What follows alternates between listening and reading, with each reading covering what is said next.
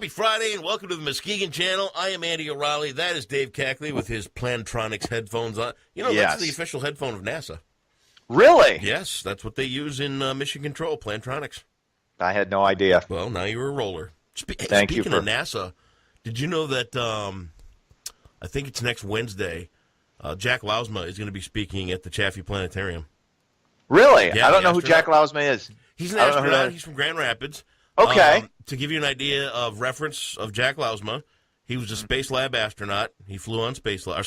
Was it Space Lab? Skylab. Was it? I think it was Skylab, wasn't it? Whatever it was. I know my NASA, but... Yeah, I was going to say, It was that thing after huge into Apollo, which kind of just everybody was like, yeah, okay, whatever.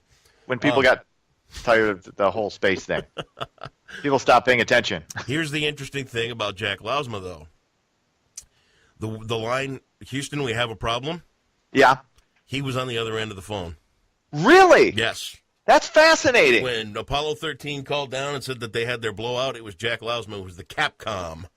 Yeah, And, so when Tom Hanks was having issues and Bill Paxton screwed everything up, right, that's who he talked to. Okay, that's who it was on the other end of the. See, I might have screwed up Skylab, but I sure got that thing the little part right. Yes. Look at me. Thank you very much.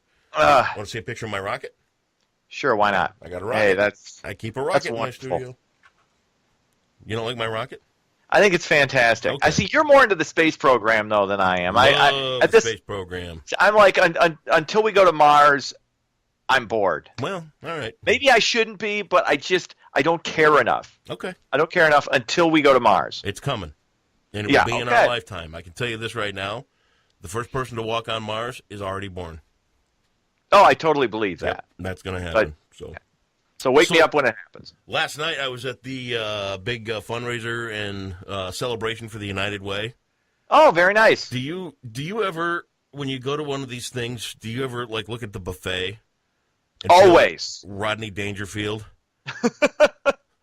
What's with all the small food?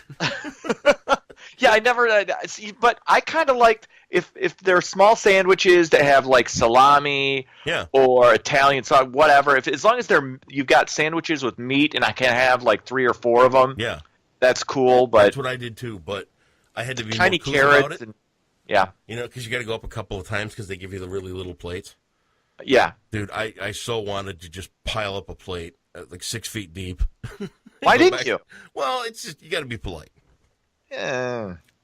Had I found a this loaf of French bread, I probably would have cut it in half and filled it up with full sandwich stuff. Just made one trip, but it was all pretty learn this in Europe. That's right. Yeah. But I think they did $2 million plus last year for the United Way in Muskegon. Oh, nice. Not a bad haul. A lot of great work goes on with the United Way. So very cool. Right, good organization. Thank you to them for having me out last night. Thank you.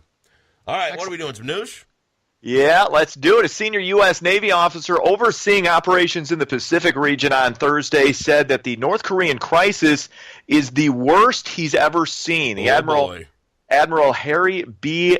Harris Jr. testified to lawmakers that it is only a matter of time before Kim Jong-un has the capability of launching a nuclear warhead toward the United States. He stopped short of comparing the situation to the 1962 Cuban Missile Crisis, but added that North Korea remains the most immediate threat to U.S. security. Now, the main difference, because I've studied the missile crisis. I remember the 13 Days, that movie came out in 2000. And how we were dangerously close. Oh, yeah.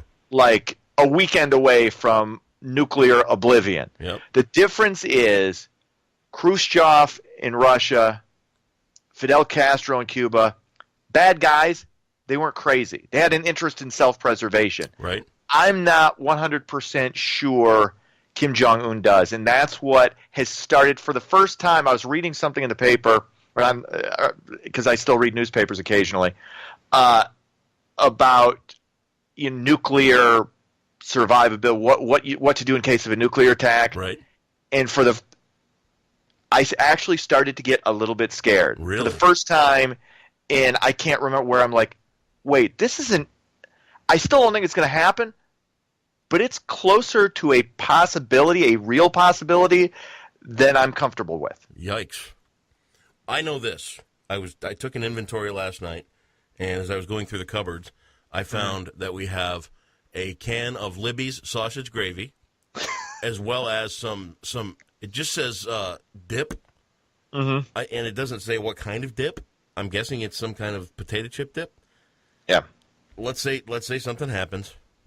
I'm good for a while. Yeah. We're stocked up. You're stocked. Okay, so I can come. I can come over to your house when the first warhead is on its way. Right, but here's the other good news: they both came from Big Lots, so we saved a lot of money. All right, very good. Thank you very much. Economical survivability At Big Lots. Aldi was closed. Honestly, here's the thing: I mainland USA, I don't think it's within his reach yet. No, it's not. I think that the rocket technology, I think that's where they lack. And I also think, from what I've seen and read, that it's going to be over before anything happens. Even Trump said yesterday it's something like a bad situation, or very, very, very difficult. Yeah. Thank you for your a lot of varies. Yeah. What's next? All right. United Airlines issued a report Thursday addressing the April 9th incident where a 69-year-old passenger was dragged off a plane after refusing to give up his seat to airline crew members. Now, he did settle for an undisclosed amount, but United did lay out changes, including a $10,000 incentive for voluntarily bumped passengers on overbooked flights. The review also stated that United will no longer require already seated customers to give up their seat. Now, I haven't flown since 2003. Yep. This almost makes me want to buy a ticket just to get bumped. Because if I get that $10,000, student loan debt, gone. Nice. Free and clear. But the problem is it's $10,000 in credit to fly. I think I could probably sell that, trade it. I would think. It doesn't say, it says $10,000. It says you get a $10,000 incentive. It doesn't say an airline. Honestly, if it came down to me in that situation, I'd hold out for the ass kicking. Because quite honestly, so you could sue them. Yeah. Why, I mean, how bad can an ass whipping be for a couple million? Oh yeah, it's like what would you do? They could drag me off naked for $10,000. Yeah, really? Yes, really? $10,000. Well, yes. You know what I'd like to see? I think so. Yes. I'd like to see them trying to drag me off anything. I think they'd need a forklift. Beep beep. You're not to that point yet. The last time I saw you, I was like, yeah, you looked pretty much the same. So you're not, you haven't melded into your couch yet, which is a positive I'm working sign. On it. But let me ask you, what do you eat? What's your typical? Walk me through the Andy O'Reilly food consumption. Day right now. Yes. Cindy's gone. Okay.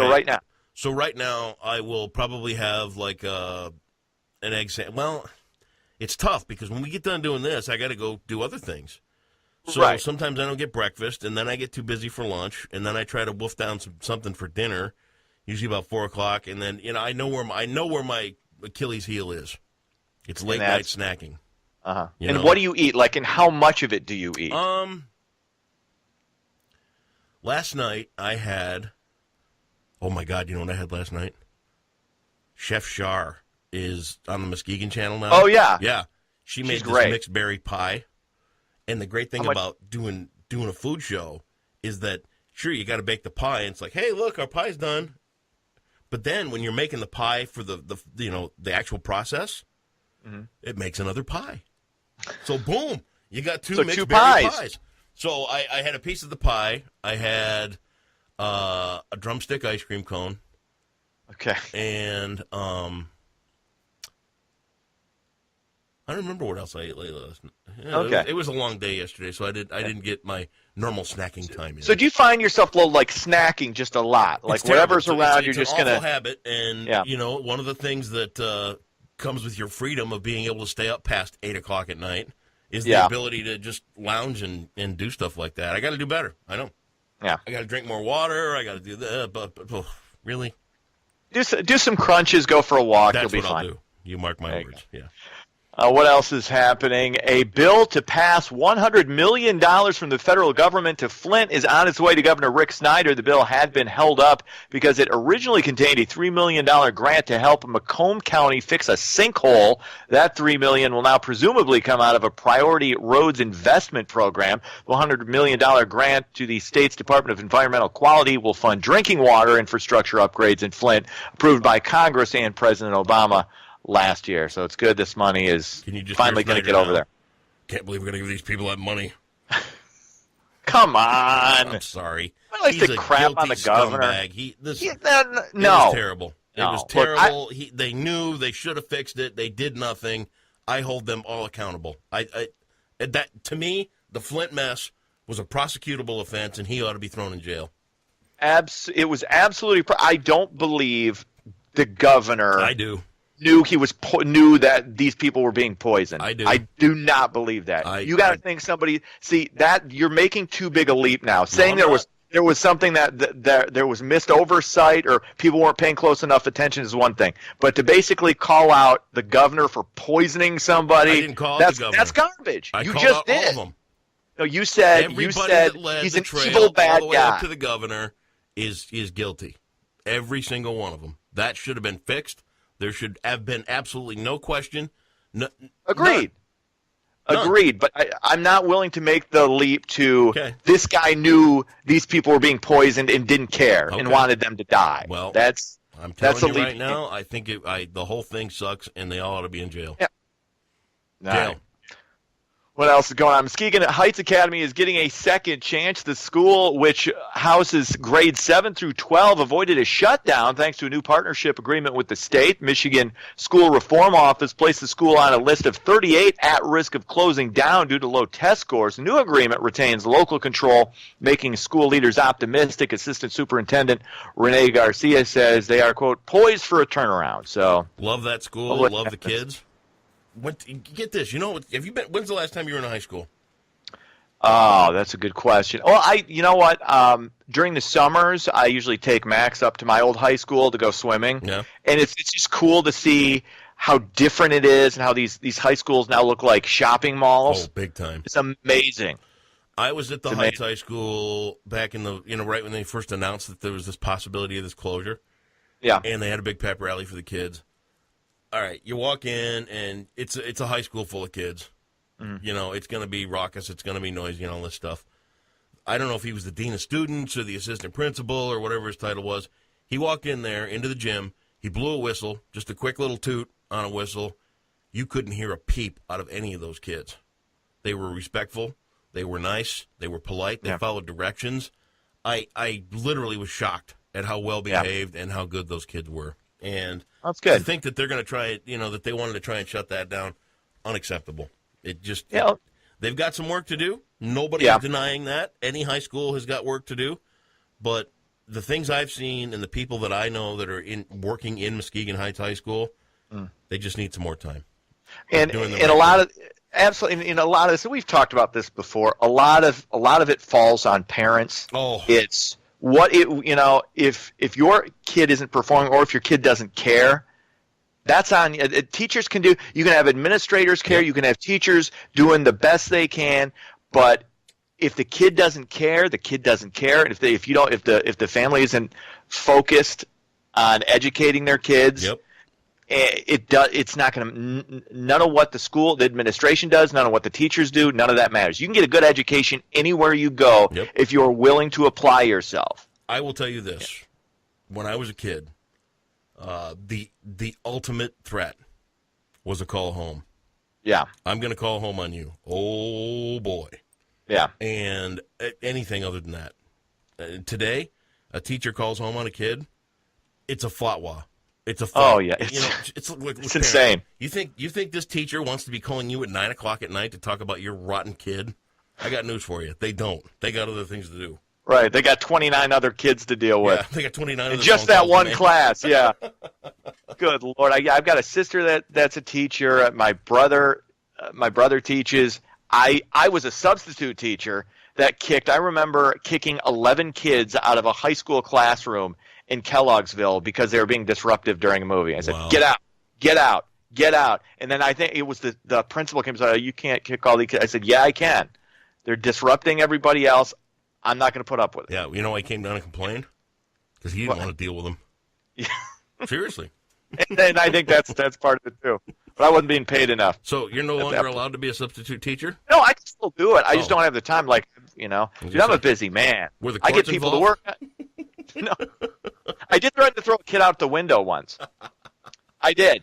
And it was a seventh grade. It was actually a Kellogg'sville middle school student. Something happened. I can't remember what it was. He was a pain in the ass. And I just said, look, I'm not a real teacher. I'm a substitute. I can chuck you out the window. And sat down. He behaved. That's all it takes. Threatening to fall 2 stories will do that to a kid. Sports. It was Seattle over Detroit 2-1. Cubs were off. They face Boston at 7:10 tonight. Number 1 draft pick Myles Garrett goes to the Cleveland Browns. The Lions pick linebacker Jared Davis with the 21st pick. And congratulations to Western Michigan University wide receiver Corey Davis. He goes 5th in the first round. The highest draft pick ever for a Western Michigan University football player, going to the Tennessee Titans. So I got to tell you what. Good. Last night was the worst night ever on Facebook, watching every dimwit comment on the draft. I'm literally looking at Facebook in shock going, are you kidding me? You guys are paying this close attention to this idiocy? This was the first year I didn't. Oh. Because I had to go to bed and I was exhausted. But I love the NFL just dominates the sports landscape. And we have football just in general does. Got the arena team in Muskegon doing some good things. So love it. We'll stand by because we'll be out there with the arena team here in the near future at Whit Buick. So hey, go have yourself a great weekend. Enjoy. What are you driving now? I'm driving a 01 Grand Marquis, man. Oh, that's right. Very nice. The lap of luxury. You take that thing out to whatever 21-something bar you're going to go to and be the creepy old man standing there. And I'm going to have to take the button down a bit. Oh, yeah. Give us a little skin for the show here. Let the ladies see. Oh, look at that. There you go, girls. A little bonus for you. Dave, have a good one.